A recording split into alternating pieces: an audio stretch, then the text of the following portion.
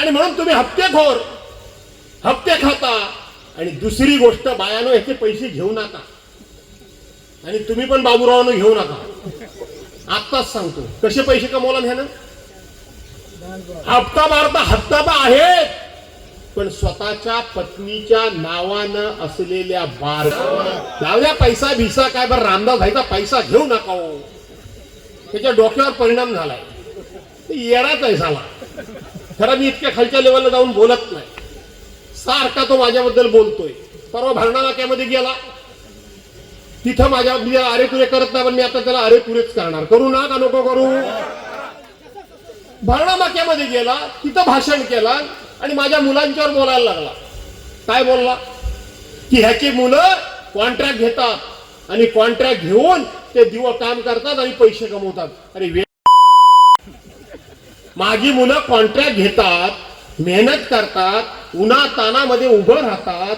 रस्त्यावर डांबराचा स्प्रे मारायचा असेल तर माझा जिल्हा परिषदेचा अध्यक्ष असलेला पोरगा आपल्या हातामध्ये गन घेऊन रस्त्यावर स्प्रे मारतो. चूक करतो मी तुझ्यासारखा आमदार झालो, मंत्री झालो, पण पावसाळ्यात एकदा शेतीचा नांगर धरायला गेल्यानंतर मी नांगर धरतो. मी काय चूक करतो? मी चूक करतो काय?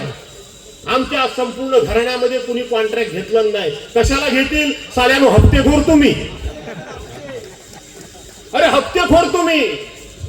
इकडची सभा मोठी आहे की तिकडची मोठी आहे मला माहित नाही. सगळं जिथं बोलतो तिथं प्रॉब्लेम होईल. कारण एक भाषण मला रामदास कदमासारखं दुसऱ्या ठिकाणी सारखं करायची सवय नाही. आणि म्हणून तुम्ही हप्ते खाता. आणि दुसरी गोष्ट बायानो, याचे पैसे घेऊ नका. आणि तुम्ही पण बाबूरावांनो घेऊ नका. आत्ताच सांगतो कसे पैसे कमवला ह्यानं.